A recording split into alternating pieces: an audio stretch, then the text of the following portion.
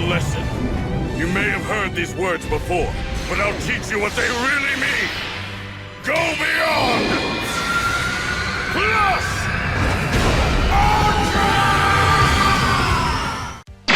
Hey, what's up everyone? James here, and the journey continues into the IDW Transformerverse. Universe 1 to be specific. Shout out to Silencer Zero for educating me on the different universes. So, before Optimus became a Prime, he fought for order. Before Megatron became a conqueror, he fought for freedom. Before they were enemies, they stood against Autocracy. We have done the origin of the mighty Megatron, origin of the heroic Orion Pax, and the origin of the fastest bot alive, Blur, in order to get here. If you're new here and you need to catch up, I have a link to the playlist in the description box down below. In today's video, we are going to cover Autocracy Chapter 1, Law and Disorder. So, let's get right into it.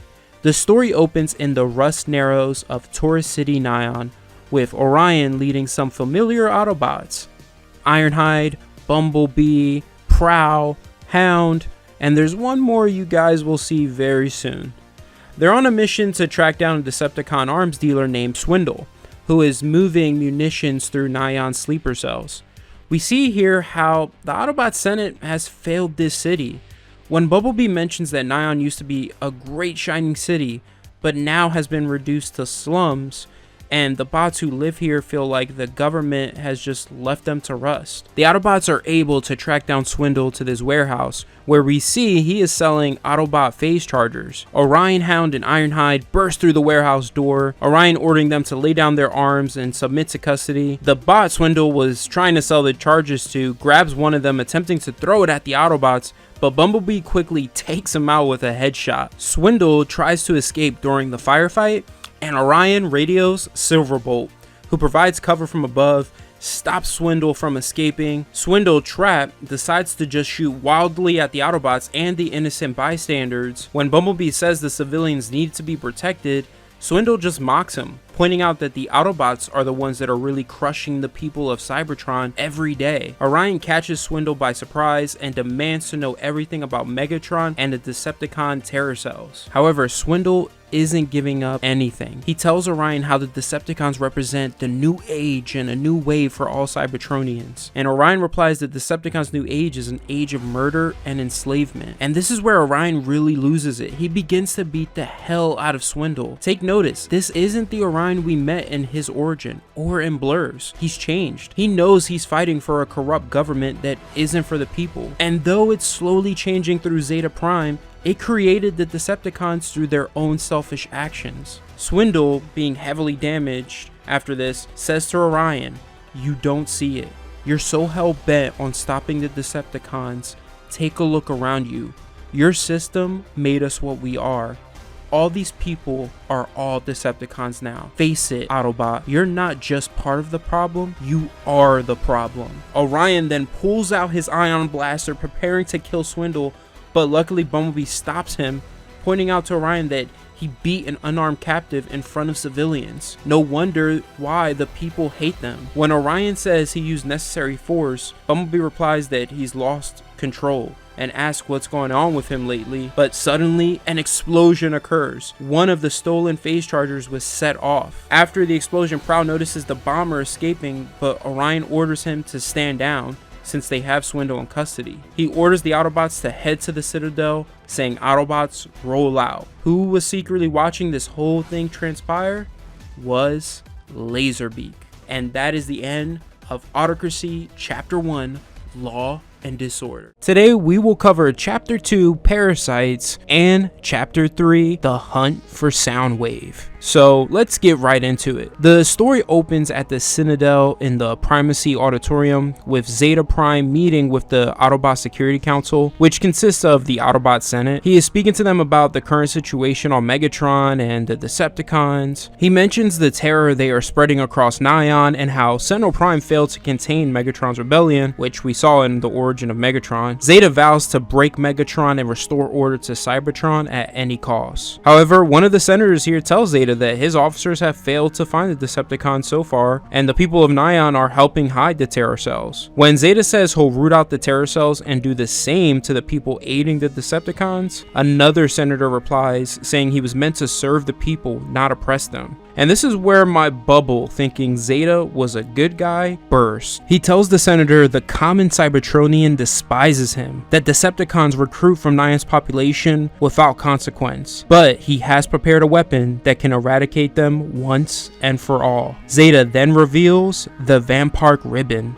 designed long ago by Geoxys. Now, a quick note about Geoxys. He is one of the most badass bots. He's beaten Megatron and Optimus Prime, believes in creating a Cybertronian empire, a united Cybertron, and isn't aligned with Decepticons or Autobots. At least that's the case in the Marvel continuity when he was introduced. But that's just naming a few things. I would love to see him appear as a villain in an animated series or a live action film. But anyways, Zeta tells the senators that the Vampark Ribbon requires tremendous power. When the Senate asks where would they find this power source, Zeta replies it lies within us, Senator, basically revealing that Energon is the power source. As he's about to demonstrate the power of the ribbon, Starscream interrupts, arriving as a delegate for the proceedings. Zeta then reminds Starscream that he doesn't have to tolerate his presence like the senators. Zeta then reveals to Starscream and the Senate that Swindle, who was just apprehended in Chapter 1, is going to be the test subject to demonstrate the Vampark's effectiveness. From there, we quickly go to the Citadel sparring room with Orion and Ultra Magnus, and this discussion they have is awesome. While sparring, we learn Bumblebee isn't the only one who has noticed Orion hasn't been the same lately. Ultra Magnus has as well. He asks Orion what's wrong, and Orion tells Magnus that Swindle's interrogation didn't reveal much, and he feels like he's failing. And Magnus tries to assure Orion, saying that everything will be over after they take down Megatron. But I love Orion's reply here. Orion replies, or we'll make a martyr out of him. Magnus, have you ever asked yourself if we are on the right side? I love this scene because we find out Orion's anger comes from his doubts about the Autobot government and the feeling that Megatron's cause is somewhat justified. If you guys don't feel like it is justified after watching my Origin of Megatron video, I don't know what to say to you. But anyways, we go back to the Primacy Auditorium and Zeta drains Swindle of his Energon to power the Vampark Ribbon, showing the Senate how it draws power from a bot's Energon. Still, the Energon once drained from the bot must be released, or it can overload the weapon. Zeta fires the ribbon into the auditorium ceiling, displaying the incredible power it can unleash. Zeta says draining combatants and using the devastating power of the ribbon creates a perfect circuit of death. Using this weapon isn't even the most sinister part of his plan. It gets worse. Zeta tells the Senate he's outfitted the Omega Destructors with ribbon units, and they will require greater power. The Omega Destructors Zeta refers to are giant guardian bots that are peacekeepers, and they're used to guard the cities of Cybertron and quell uprisings. One of the senators asks where would they find this extra power, especially when Cybertron is in the middle of an Energon shortage. Zeta says he's thought about taking it from the citizens. What Zeta just said is so crazy that even one of the senators thinks he is joking. Starscream then asks, how does he propose on getting the citizens to volunteer their Energon? Zeta replies, volunteer? I fear you misunderstand me. I propose to reach out and take it after burning their enclaves to the ground. When a senator here says that that's unthinkable, that the populace would turn on them if they knew such a plan was attempted, Zeta then reveals that his plan is already in action. He has been using Nyan as a test area. When one of the senators says he oversteps, Zeta replies, this Security Council has lost the will to do what must be done. That is why I was chosen to be Prime, because I'm the monster the people need. Holy hell. When I read this, my mind gone. It just was blown up to pieces. Sentinel Prime might have been the gun-toting jarhead,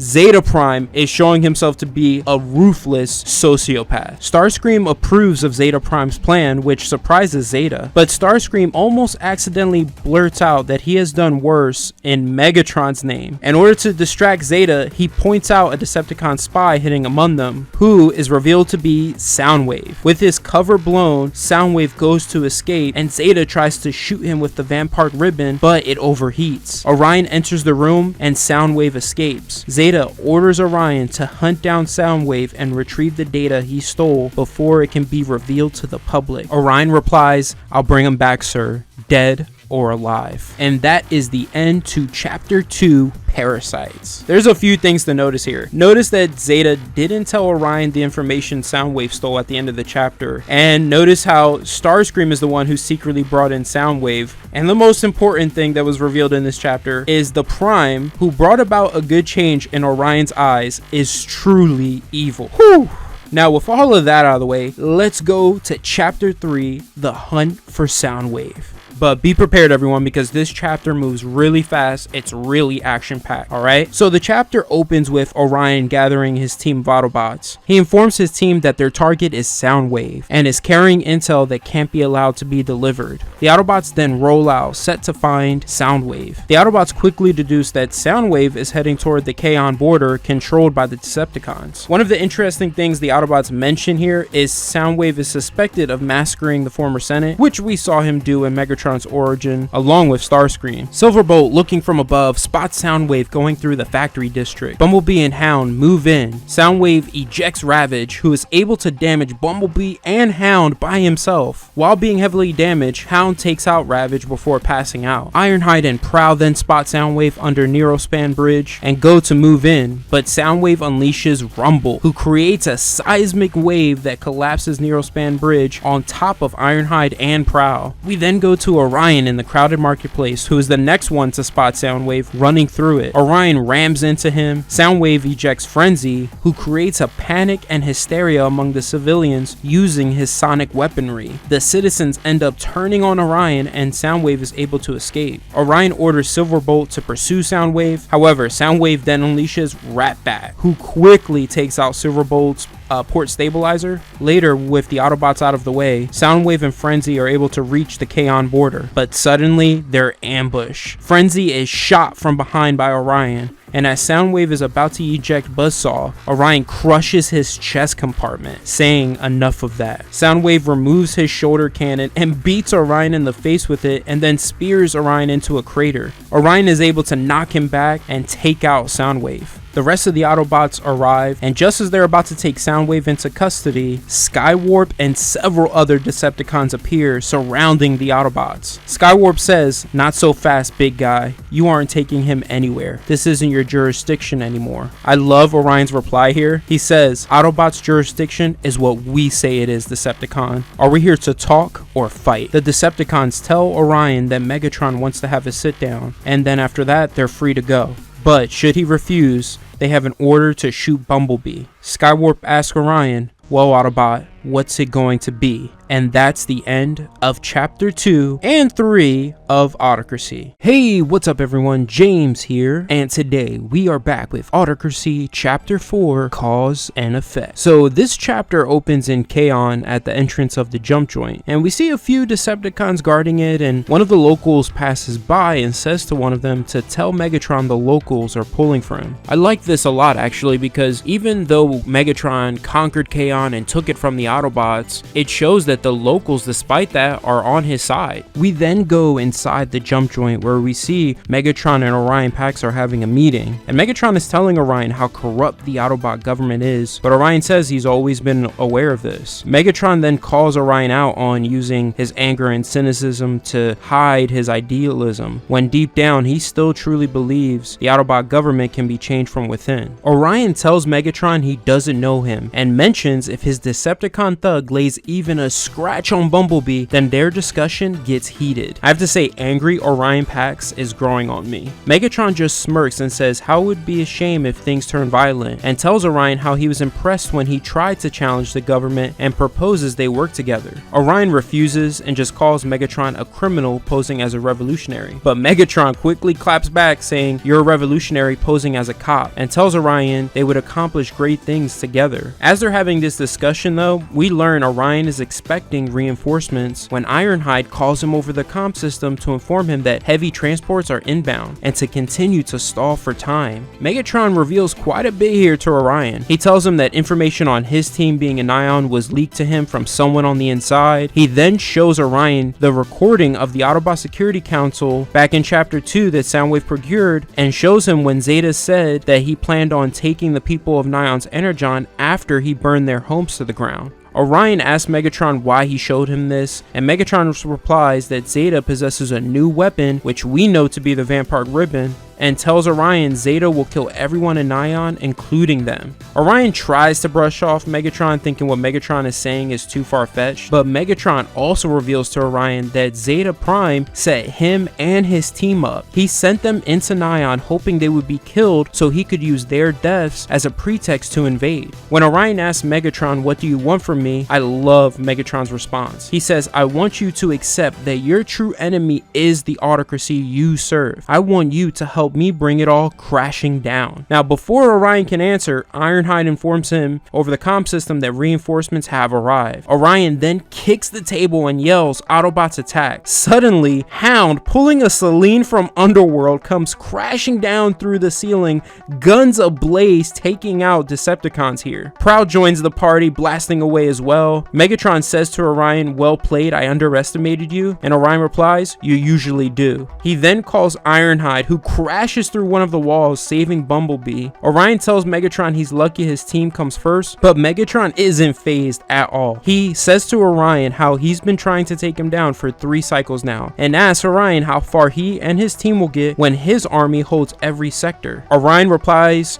kicking Megatron in the chest, saying far enough. The Autobots then blast their way out of the jump joint. Ironhide informs them that transport is inbound, and the transport is the greatest, strongest, and smartest bot alive, at least that's how he would describe himself, is Skylink's son, who says, load up boys, we're taking fire and the meter's running. All of Orion's team successfully get on board, but as Skylinks begins to fly away, Ramjet tells Megatron he's got a clear shot on Skylinks, but Megatron orders him to let them go, saying with what Orion has learned, he will do more damage to the Autobot cause than we can do in 100 cycles. Later, back at Iacon in the Autobot Control Center, Zeta tells Orion he is an embarrassment to the cause because he didn't return with Soundwave's intel. However, Orion says he did gather intel, and then proceeds to tell Zeta he learned his plans to wage war against the citizens of Nion. And Zeta just says to Orion to not pass judgment on him and his actions, and tells Orion he lacks the subtlety and strength of a true leader. Orion replies, I think we were set up, but Zeta just brushes it off as an excuse. He tells Orion he has no time for his excuses and conspiracies, and threatens Orion should he fail him again, he will leave him to the Decepticons. Zeta gives Orion and his team a new mission, to apprehend an insurgent, the same one who bombed the warehouse after they captured Swindle. He tells them the intel that he's received has identified this bomber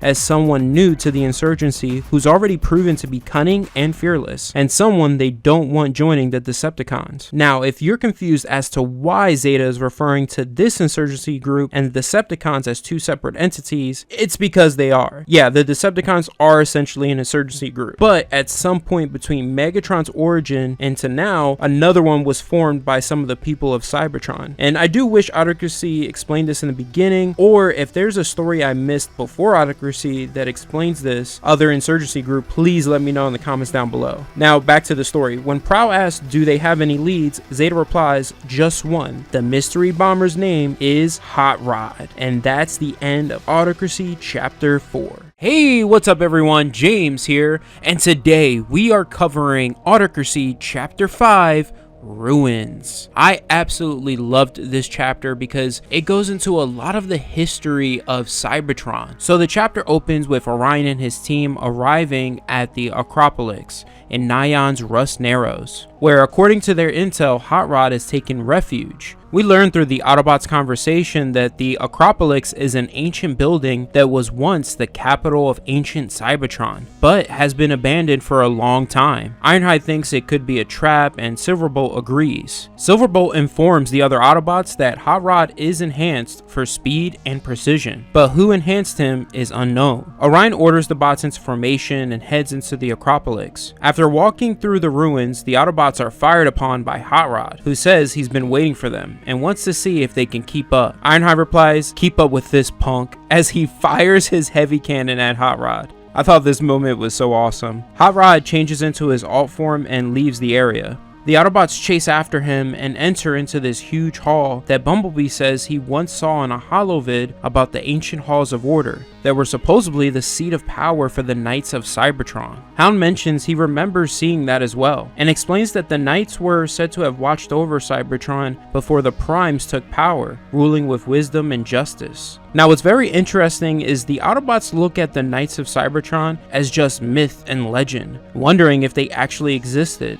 It's very similar to our real-world Arthurian legends. Historians still to this day debate whether King Arthur actually existed or is just a Celtic mythological hero. Hound says if the walls could speak, maybe they would learn about who they are and how to live. Like these ruins, he often thinks that he and the people of Cybertron today are the Forsaken, as the world the Knights of Cybertron ruled, he believes had to be better than theirs. As Hound is being poetic, Ironhide points out an inscription on the ground that says, "True freedom exists when all are one." Now the phrase "when all are one," or often said as "till all are one," is a phrase embedded and often said throughout the Transformers mythology and legends. And basically what it means is all bots together are one when they shed their factional affiliations, or all are one when they all return to the Allspark of Primus, who is basically their god. After reading the inscription, Hound discovers plasma mines all around the chamber, but Prowl says none of them are armed, and if they were, it could have taken them out at any time. As the Autobots continue to traverse the ruins, they come across faint energy readings, and these energy readings lead them to eventually discovering a shrine in the shape of the Matrix of Leadership. Like the Knights of Cybertron, the Matrix is also regarded as myth and legend. According to Hound, the Matrix represents hope and peace, and that the Knights vow to protect it forever. But many bots today do not believe it existed. However, Prowl believes it exists and explains that it has been handed down to Primes for thousands of generations. In Ironhide's opinion though, this is all just propaganda to keep common bots in line, especially since Zeta doesn't seem to be a person who's powered by hope and life. Orion tells the group enough that Hot Rod is just using all this to bait and draw them in. However, Hound thinks that isn't the case because Hot Rod has had plenty of chances to take them out, but hasn't, and believes maybe Hot Rod is trying to show them something. Laserbeak, watching from the shadows as the Autobots traverse the ruins,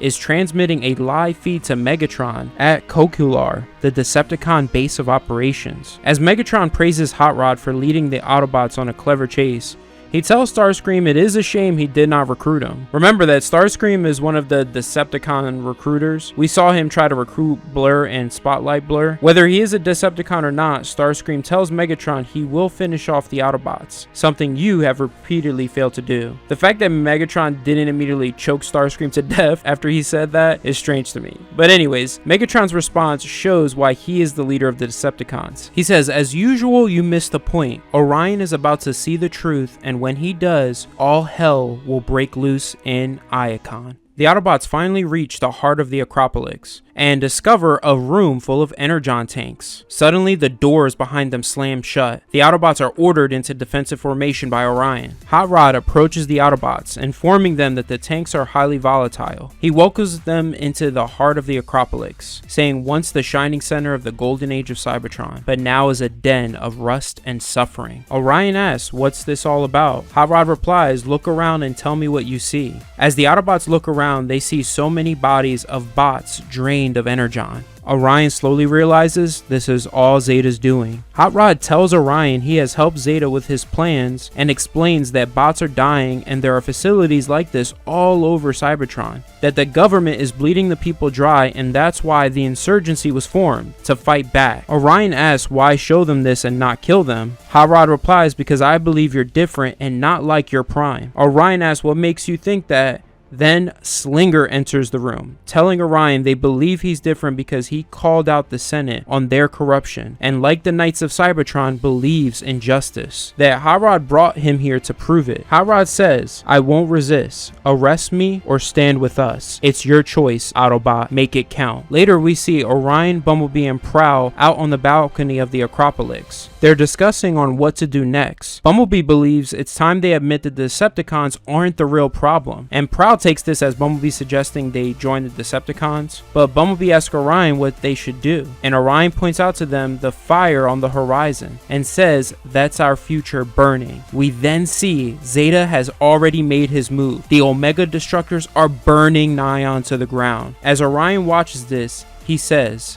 we're all out of choices now. And that's the end of Autocracy Chapter 5. Hey, what's up everyone? James here, and today we are back with Autocracy, covering 2 chapters, Chapter 6 Purge and Chapter 7 Choices. Now let's get right into it because this story gets crazy. So Chapter 6 opens with the Omega Destructors and Zeta Prime himself fitted with Van Park ribbon units burning Nyan to the ground. Zeta announces, dissidents of Nyan, you've been branded traitors to the Autobot regime. This wretched slum will be bled of energon so that Cybertron may thrive. Be not dismayed, your sparks shall serve the greater order. Your future and energon shall live within us. Zeta then drains some nearby citizens of their energon. Meanwhile, at the Acropolis, Orion tells the Autobots it's time to move out, and Hot Rod to evacuate the citizens. When Hot Rod says they're in no condition to evacuate, Orion replies, you're their leader now. Find a way or they all die. Megatron, watching Zeta's madness from Decepticon HQ, admits he didn't expect this eagerness from Zeta and is interested in seeing how Orion will handle this crisis. Later at the battlefront, Orion comes up with a plan to slow down the Omega Destructors since they have no chance of taking them out. The plan is to lure them into the Rust Narrows and see what damage they can do. Hound will lay down mines, Ironhide will use his Cyclone launcher, Bumblebee will be sniping from a rooftop, and Orion and Prowl will act as bait. Orion orders the Autobots to roll out. Prowl and him quickly grab the attention of one of the Omega Destructors, who fires upon them. The Omega Destructor steps on Hound's mines, and Ironhide and Bumblebee lay down all the firepower they have at the Omega Destructor. Orion asks whether they got him, and Ironhide believes the Omega Destructor isn't getting up after taking that beating. However, when the dust settles, the Autobots see they didn't even lay a scratch on it. Bumblebee points out civilians running by, saying they won't stand a chance, and asks Orion what his orders are. Orion replies, fall back, there's nothing more we can do. We can only hope we bought Hot Rod enough time. Meanwhile, on the outskirts of the Acropolis, Hot Rod is in disbelief of the destruction Zeta has brought and realizes he and the evacuees won't make it in time. Slinger reminds him of their contingency plan, which Hot Rod reveals was to wire the entire city of Nyan with phase chargers. When Hot Rod says, I just never thought it would come to this, Slinger replies, better that our people die at our hands than to be drained to serve Zeta. And initially Hot Rod hesitates, but then says, Primus, forgive me, and regretfully activates the phase chargers. Explosions then occur all across Nyan, and the Omega Destructors fall and burn with the city. Orion and his team get caught in one of the explosions, and Hound points out that the explosion came from one of Hot Rod's phase charges. Orion realizes Zeta had this planned all along, and when he says Hot Rod had no options, out of nowhere Zeta comes crashing down in front of them and says, now neither do you. Zeta quickly takes out Orion's team, and he tells Orion, as he told him long ago, it's not about being on the right side, but the side that's going to win. And Orion does his best and charges at Zeta, saying, you haven't won yet, Prime. And Zeta replies, yes I have, as he takes out Orion with the Van Park ribbon. Zeta Prime has won. From there we go to Chapter 7, Choices. And the chapter opens with Zeta standing over a defeated Orion about to deliver the killing blow, saying, "It hurts me you should die in the ashes and wreckage." But suddenly, Zeta Prime is interrupted by Megatron with his army of Decepticons at his back. I have to say, this entrance is so cool. He orders his troops to protect the Autobots and says, "Leave Zeta to me." Zeta, excited to crush Nion's insurgency and Megatron at the same time, immediately fires his Vampire Ribbon at Megatron. But one of his Decepticon seekers sacrifices himself to protect Megatron. I love that Megatron didn't even move an inch while witnessing all this. Like, this is so cool. He tells Zeta he knows all about his Vampire Ribbon. He throws some nearby civilians at Zeta, causing his Vampire Ribbon to overload. With the Vampire Ribbon no longer a threat, Megatron asks Zeta, "Ready to face me in a fair fight?" Now, not wanting to fight Megatron without his weapon, Zeta turns and flees the battle, cursing Megatron. Megatron calls him a coward and says, "This isn't over. I'll make a long career out of killing primes." Now, you cannot tell me that isn't badass. This was so awesome. Megatron orders his troops to bring the Autobots back to base. Later, at Decepticon HQ, Orion Pax thanks Shockwave for repairing him, never thinking he'd see the day a Decepticon would save his life. Megatron then enters the room, telling Orion they still have great things to achieve together, and mentions they never finished their conversation from Chapter 4. Orion admits to Megatron that he was right about Zeta Prime, and Megatron takes notice of the chasm within Orion's chest, and tells him it's time to fill that chasm with a new purpose. Now, don't forget about this observation by Megatron, because it will play a significant role later. Megatron makes an excellent point here in his discussion with Orion. He tells Orion his new purpose should be justice. He has seen with his own optics the evil Zeta is capable of and the autocracy that condones it. Nion was the first to fall, and there's no going back now. When Orion asks, "How can I possibly trust you?" Megatron replies, "Do you even have a choice?" From there, we quickly go to Starscream, telling Orion's team that they're free to go. Ironhide and Thundercracker have a friendly standoff here, and I like this because it's the young, cocky soldier versus the gun-toting veteran. Shockwave enters the room and announces that everything has been discussed and decided, and for the Autobots to follow him. Later, we see Orion and Hot Rod. And Hot Rod is surprised that Orion has agreed to work with Megatron, but Orion tells him that the destruction and death Zeta has caused needs to end. And we then see Hot Rod is like full of regret after having to destroy Nion. And I love Orion's response to this. He reassures Hot Rod by saying, "Leadership is making the hard choices. The price we pay is carrying guilt, loneliness, and self-doubt. You give it your all, but sometimes it seems like the world just gets darker. You faced an impossible situation and did what you had to do. You had the strength to make a choice, just as I do now." Orion and Megatron have officially joined forces. And that's the end of Autocracy Chapter 6, Purge, and Chapter 7, Choices. Hey, what's up everyone? James here. Hope all of you are having a fantastic day. Today we are back with Autocracy, covering 2 chapters. I know I said I'd be covering 3 chapters, but the ending of chapter 9 is so amazing, and I thought that's a perfect way to end a video. And you'll see what I mean when we get there, and I'm pretty confident that you'll agree. Plus, I thought ending Autocracy with a 3-chapter video would be awesome and a better idea. But anyways, let's dive into chapter 8, Overthrown. So the chapter opens in Iacon at the Citadel with Zeta Prime and the Autobot Senate. One of the senators informs Zeta that his recklessness in Nion has only strengthened Megatron and his supporters. Zeta tells the senator that Megatron and all of his Decepticons would be no match for his Omega Destructors. Another one of the senators tells Zeta that his arrogance will damn them all, and that besides Megatron, Orion Pax and his team are still unaccounted for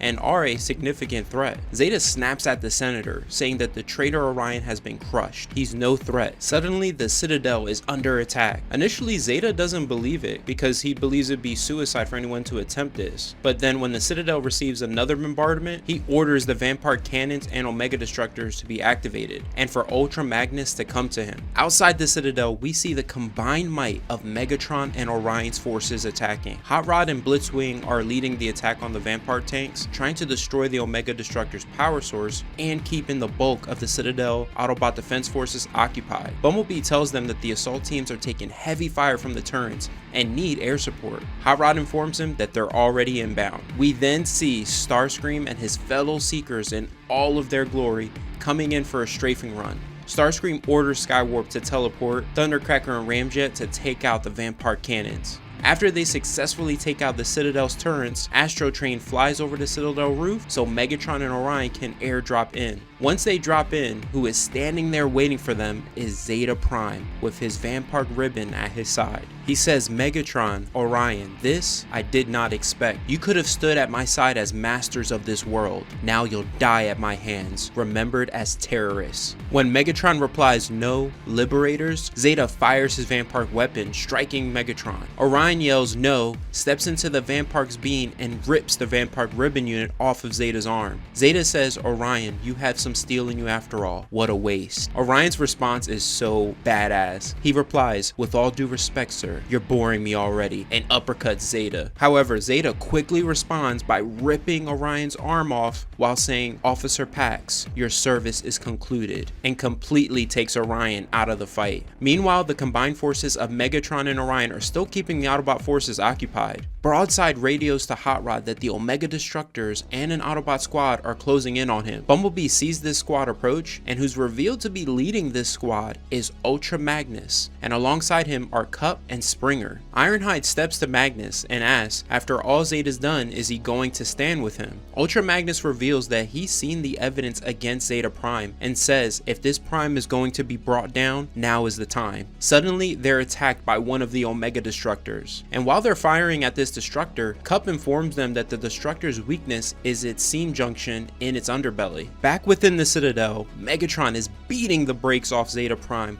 while saying, "Not so tough without your Vampire weapons." At least Sentinel Prime wasn't afraid to get his hands dirty. I love this because Megatron is showing respect for an old rival, and he is right. Sentinel Prime, who by the way is still my favorite looking Prime of them all, was no slouch. Back in Megatron's origin, he was on the front lines leading his fellow Autobots in the battle for Kaon, and went toe-to-toe with Megatron. Zeta grips Megatron's head and says, like this, "Your reign of terror is over, Megatron." Megatron replies, "No, it's only just begun," and shoots Zeta Prime in the head with his fusion arm cannon. Megatron stands victorious over Zeta's burning dead body. At the battlefront, Starscream tells Ironhide that Iacon's defense has been crushed and Prime's troops are in full retreat.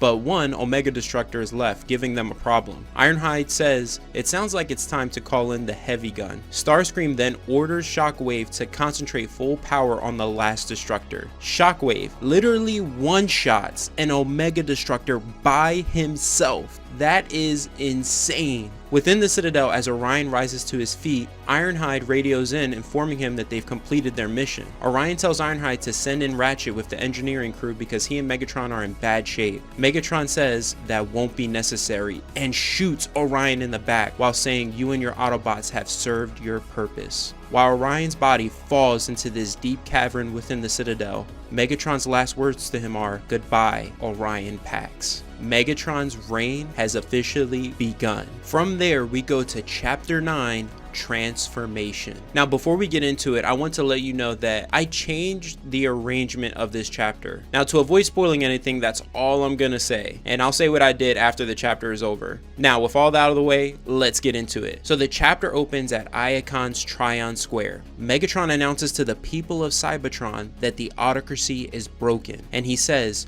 "The oppressive rule of the Primes is over. Now begins a new age of order and justice for all." After telling the people of Iacon that the Decepticons now control Iacon's datanet and defense grids, he declares that they are the law and will keep the peace. Megatron offers amnesty to the Autobots who wish to join the Decepticons in rebuilding their once great society, but those that don't will be dealt with. Just like in Megatron's origin, I like that Autocracy also is showing that there's more than meets the eye when it comes to Megatron. You guys see what I did there? I like that it shows that he isn't this straight up mustache twirling villain, you know, that he is smart and intelligent. In this instance right here, he's showing the people of Cybertron that he isn't like Zeta at all. He's giving them an opportunity to join him, even those that fought against him. At the Autobot safe house in Taurus City, Ultrix, Ultra Magnus, Bumblebee, and Ironhide are discussing what to do now that Orion's dead and that Megatron has taken over. Bumblebee is having a hard time believing it. Ultra Magnus mentions that most of the officers have gone to ground and they don't have enough soldiers to form a resistance. And Ironhide is determined to just go down fighting despite the odds against them. Bumblebee tells Ironhide that it's suicide and that they should get out of the sector and get some backup. Hot Rod enters the safe house, interrupting their conversation and telling them that there is no safety out there anymore and that the Decepticons will find them. Bumblebee kind of pulls a dick move here when he says to Hot Rod, maybe we should detonate the whole city. That'll take care of them, right? And Hot Rod replies, don't judge me, I did what I had to do, but maybe it's time to make a different choice. When Bumblebee assumes that Hot Rod means joining the Decepticons, Hot Rod says, Autobots, Decepticons, none of it matters now. My people are dead because of this war for control. The violence will never stop. Maybe it's time we woke up to the truth. Bumblebee believes that Megatron's amnesty is a trap, just a ploy to lure them in and take them all out, and suggests forming a resistance. All of a sudden, they hear a creak, and soon realize their safe house is compromised, when the Decepticons burst their way into the safe house, saying you're all under arrest, but by all means try and resist. The Autobots do their best to fight back.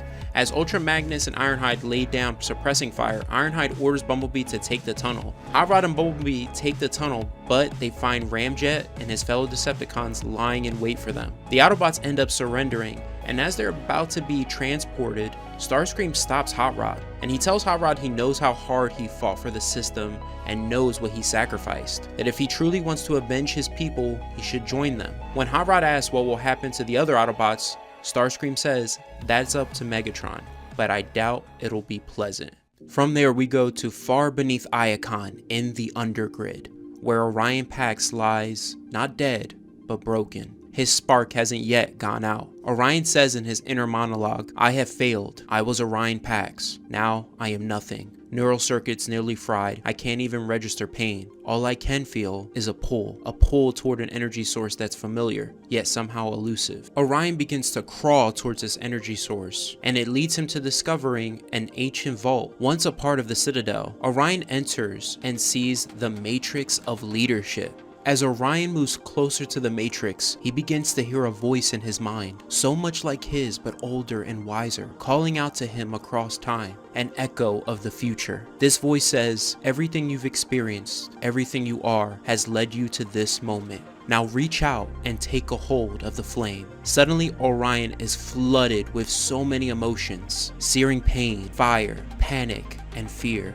Orion realizes everything he is feeling is the emotions, the sparks of the people of Cybertron. He can feel their pain, their grief, their loneliness. He can feel the bitterness of devastation and loss.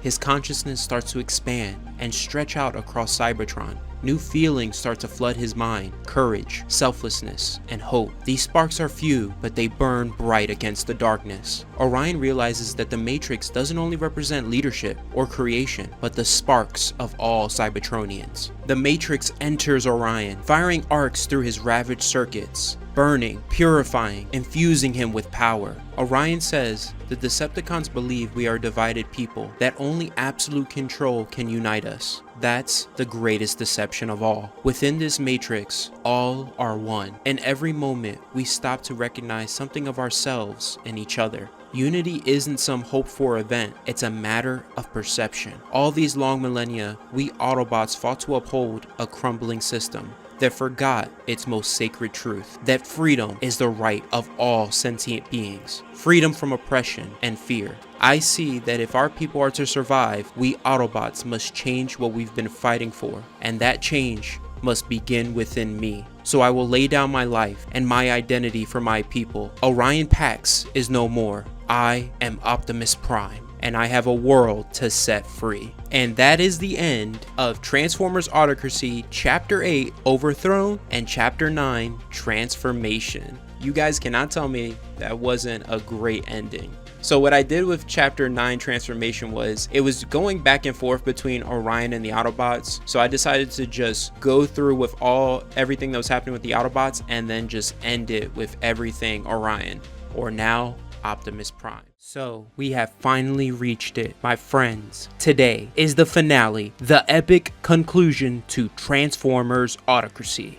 This is going to be a long one, but before we get started, you know I have to say this. Hey, what's up everyone? James here. If you are new or behind on this story, check out my Transformers Phase 1 playlist. I should have the card pop up right here, and it will be in the description box down below. Now, with all of that out of the way, let's dive into these final chapters, starting with Chapter 10, Rise. So the chapter begins within the Citadel, now controlled by the Decepticons. We focus on Hot Rod here being escorted to see Megatron. I should have mentioned this in the last video, but Hot Rod has joined the Decepticons. And this isn't one of those situations where he's on a secret infiltration mission. Hot Rod took Starscream's offer from the last chapter and chose a side. And the reason he did this is because he really feels lost. Hot Rod doesn't know what he's fighting for anymore. Through his inner monologue, we learned this, and we also learned that he never wanted to choose a side, that he wishes he could go back to simpler times and just fight for the people of Nyan.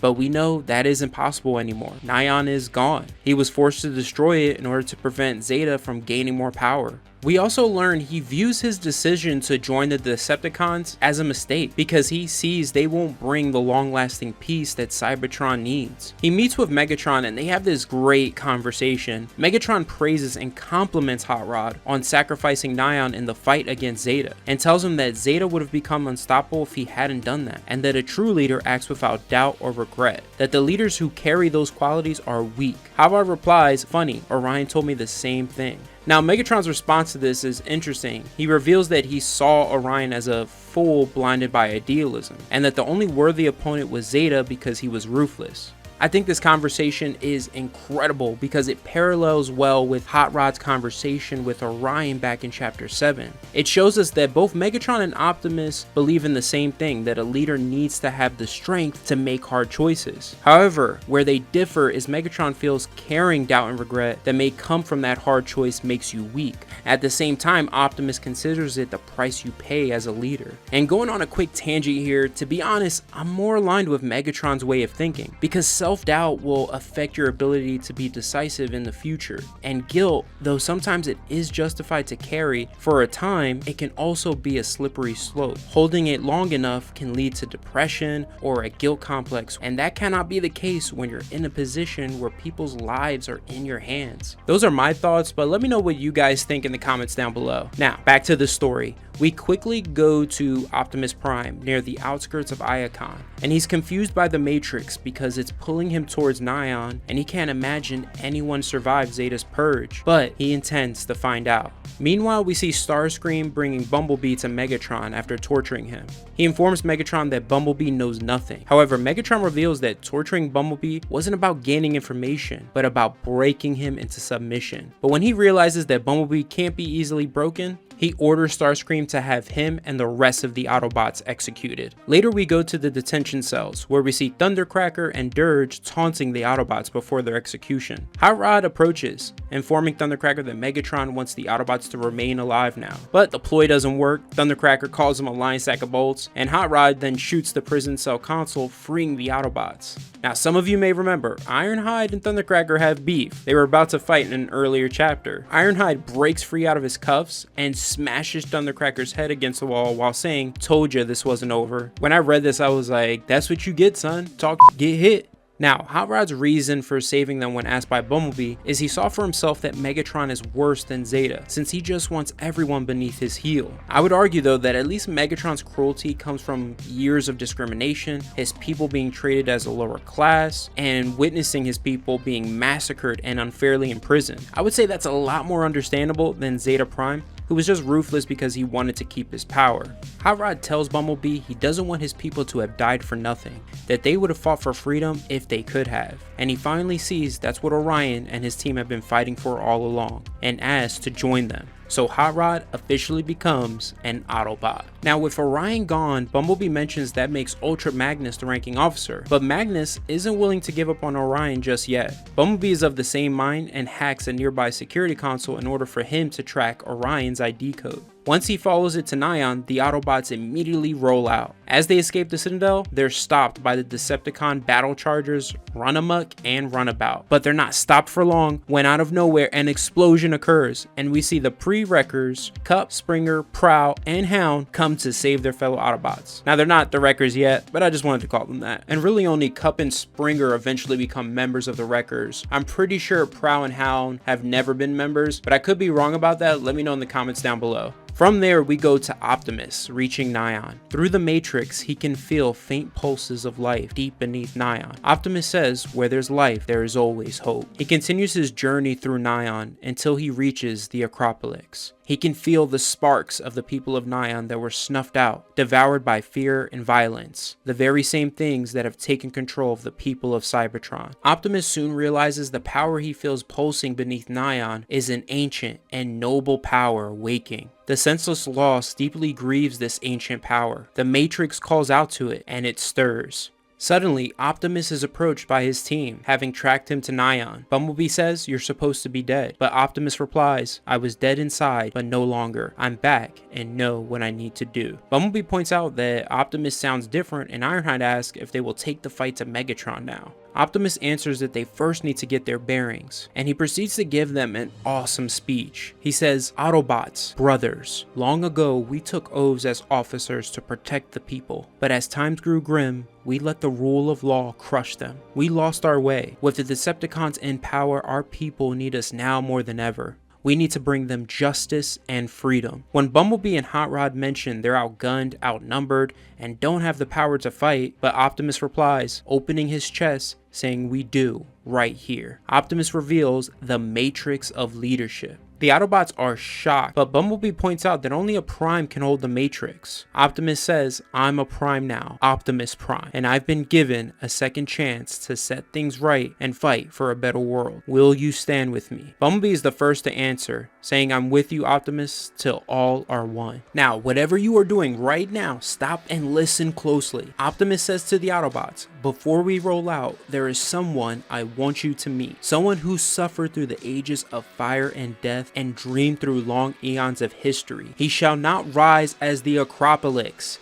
a forgotten ruin of a lost age, but as an embodiment of our shining future, a symbol of a better world we will forge together. Arise, Metroplex." Dude, when I read this, I was like, oh my god, I can't believe it. I was just like going off the wall seeing this. But I really love this because for those of you who've been following the Phase 1 playlist, back when we covered Spotlight Orion Pax, he thought Metroplex left the planet eons ago and even doubted he was real. Alpha Trion revealed to him that Metroplex was very real. And Metroplex right now is one of the major plot points of Shattered Glass. And Shattered Glass 2 is coming soon, so I hope we get to see him in all his glory in that series as well. Well, that's the end of Chapter 10, Rise. From there, we immediately go to Chapter 11, Broadcast, and it opens where we last left off in the ruins of Nyan. Metroplex greets Optimus, saying, "It's good to see you again, old friend." And this confuses Optimus because from his point of view, this is their first meeting. But like the voice who spoke to him across time when he discovered the Matrix, the voice that sounded familiar to him, Metroplex mentions that he has always known him, maybe under a different name and time, but explains that history repeats itself with clockwork precision, and that there's always someone like him ready to battle against the chaos. Optimus asks Metroplex for his help in the desperate fight against Megatron, and Metroplex agrees to help, but first would like to help the survivors of Nyan. Optimus tells the Autobots they need to rally everyone, and he knows who exactly can help with that. Later, we go to Tor City Triax at the underground pirate station Nexus, where we see Blaster, and I'm so glad we're finally seeing him. At this point in time in the story, Blaster's not associated with Decepticons or Autobots. He's actually a former reporter for the Iconian newsfeed service, and he left that position because of his bad experiences with government-censored media. So in order for him to report the truth to the people of Cybertron,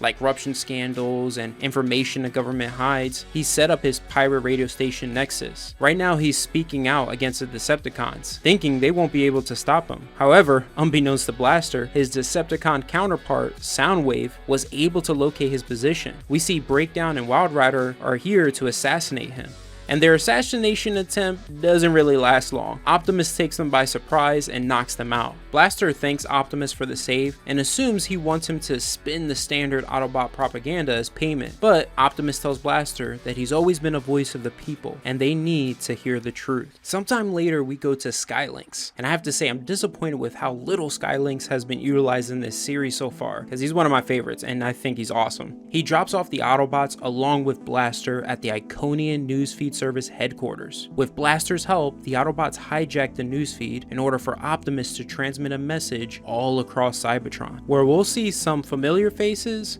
and other faces we have yet to meet. With the signal reaching everywhere, Optimus begins his speech. He says, "My fellow Cybertronians, you once knew me as Orion Pax, an officer of our corrupt Senate that grew increasingly oppressive, but that day is done, taking with it the broken shell of the bot I once was. I speak to you now as Optimus Prime, not elected by ancient ritual or committee. I do not serve any faceless bureaucracy. I serve you, the citizens of Cybertron, and as sure as the Matrix burns within my frame, I will never stop fighting for your freedom. The Decepticons rule from Iacon Citadel, thinking their numbers and guns can keep you in line. Don't believe the lie. The real power lies in you, lies in unity. The ancients believe that true freedom exists when all are one. I call upon you to prove it by joining me at Iacon. We will march upon the Citadel and show Megatron that the age of tyrants is over. We shall reclaim the Autobot name and restore its pride and honor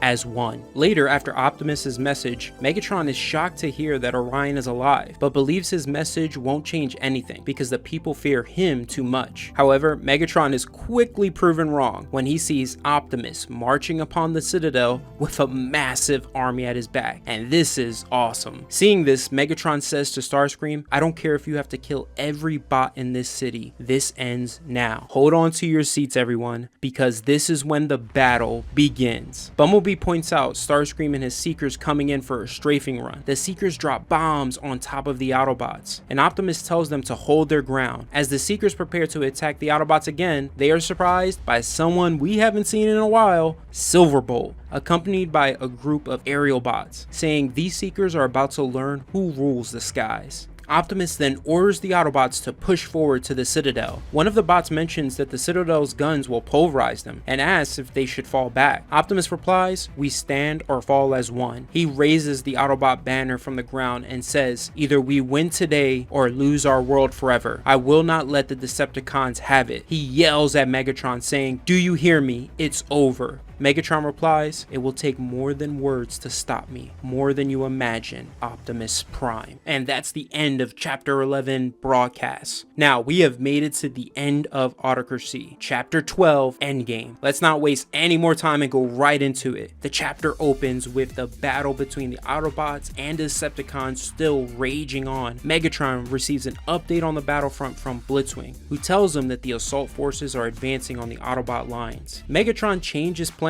displaying his great strategic ability by ordering Blitzwing to hold his position and fire barrages behind the Autobots in order to keep them in the same position for this surprise he has for them, which will be revealed soon. Meanwhile, we go to the battlefront as the Decepticons begin their barrages on the Autobots, pinning them in the same position. Bumblebee points this out to Optimus and says they need reinforcements. What follows next is one of the most badass entrances in this series. Oh my god, I'm so hyped. Alright, suddenly, the Dinobots arrive, with Grimlock leading the charge, saying, "Dinobots, this is our fight now." And it doesn't end there. With his burning Energon sword in hand, Grimlock slices through one of the Decepticon tanks, and the rest of the Dinobots take out the other tanks. Like, oh my god, this was amazing. I love the Dinobots. We then see some other bots who heard Optimus's message arrive, and you can see Blur in the background here. I like that. As another barrage comes in, Trailbreaker uses his shield to protect everyone.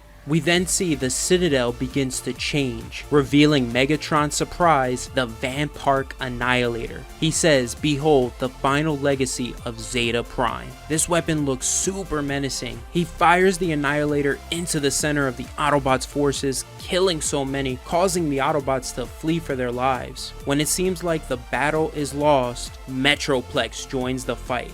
Optimus reveals he called him before the battle and held him in reserve until Megatron made his big lay. Metroplex, transforming out of his city form, says the Vampire weapons insult those who forge Cybertron and shall be silenced. As Metroplex draws all the Decepticon firepower towards him, Optimus orders the Autobots to charge forward for freedom for Cybertron. Now what happens next was kind of surprising to me. Megatron fires the Vampire Annihilator at Metroplex and it has zero effect on him. Like the Vampire's beam literally bounces off of him. Metroplex then grabs the Citadel and rips it apart. This sends Megatron falling, landing in the city streets. Standing there waiting for him with his ion blaster and burning energon axe ready for battle is Optimus Prime, saying, "You could have led our world to freedom and fulfilled the promise of your ideals. Instead, all you brought was death." Megatron replies, "No one can deny their true nature, not me or you." The fight between them begins with Optimus laying the smackdown on Megatron, saying, "One shall stand, one shall fall." Hot Rod sees the fight playing out, and despite Megatron's best efforts, loses the battle against Optimus. Unprepared for how strong Optimus has gotten, Optimus holds Megatron at gunpoint, showing mercy and asking him to surrender. Surprisingly, he still wants to work with Megatron, believing both of them together can heal the wounds of their divided people. Megatron plays like he's gonna surrender, but secretly grabs a nearby hidden blaster. Hot Rod sees this and tries to stop him, but ends up being his hostage. Megatron says, "Foolish move, boy." Hot Rod replies, "Only move I make," and changes into his alt form, escaping Megatron's grip. Optimus says, "You were warned," and fires his ion blaster at Megatron. Now the blast didn't kill Megatron, but it did heavily damage him. Megatron says, "You think you've won? You just started a war, the likes of which this world has never seen." Soundwave flies in aboard Astro Train and grabs Megatron, successfully escaping. At the same time, in Tryon Square, Shockwave orders the Decepticons to retreat, and you see the Seekers flee and get a great view of Metroplex towering over Iacon. He is just huge. Later after the battle, we learned through Bumblebee's discussion with Hound and Slinger that Metroplex went back to his city mode over the ruins of the Citadel, becoming Iacon's new capital, that the survivors of Nion will become chroniclers, cataloging Cybertron's history. From there, we go to Ultra Magnus and Prowl, showing Optimus something that they've discovered. And what they discovered was a hidden storehouse of illegal weapons, outlaw designs, and prototypes stockpiled by Zeta Prime and the Senate. And Prowl suggests using the weapons to end the Decepticons once and for all, but Optimus refuses. He says these are tools of subjugation that led to Zeta's destruction. I won't make the same mistake. Destroy it all, every last piece. We go to a sort of epilogue here, seeing this discussion between Optimus and Hot Rod. Optimus thanks Hot Rod for saving him and for opening his eyes. However, Hot Rod believes he isn't a hero and doesn't deserve any thanks. And this is Hot Rod displaying that guilt complex that I talked about earlier. But in this case, it is justified. This is the guy who had to kill his own people. I love Optimus's response to this. He says, "You took a stand and followed your heart. If you're not a hero, then I don't know what is. Hold your head high, Autobot. After all, you could carry the Matrix one day." And I love that because he's making Rodimus see that despite everything he's done, he is still a hero and he is worthy enough to carry the Matrix of leadership. But with that being said, that is the end of Autocracy. God, this was amazing. This story was just absolutely incredible. And guess what? This isn't really the end. This story is actually a trilogy, and we've only covered the first part. Next in the trilogy, we will be covering Monstrosity. And this is where I need all of you to state your opinion on this. Monstrosity was initially put out as 12 chapters, but was eventually printed as a 4-issue miniseries. So I want you guys to let me know whether you want me to cover it as 12 chapters, just like I did for Autocracy, or just cover it as a 4-issue miniseries. I'll eventually post a poll and have you guys all vote on it, but in the meantime, let me know in the comments down below what you think. Other than that, this video has gone on long enough. Thank you all so much for watching. I appreciate every single one of you. Have a fantastic day, take care, and always remember every day to go beyond. See you later, Beyonders.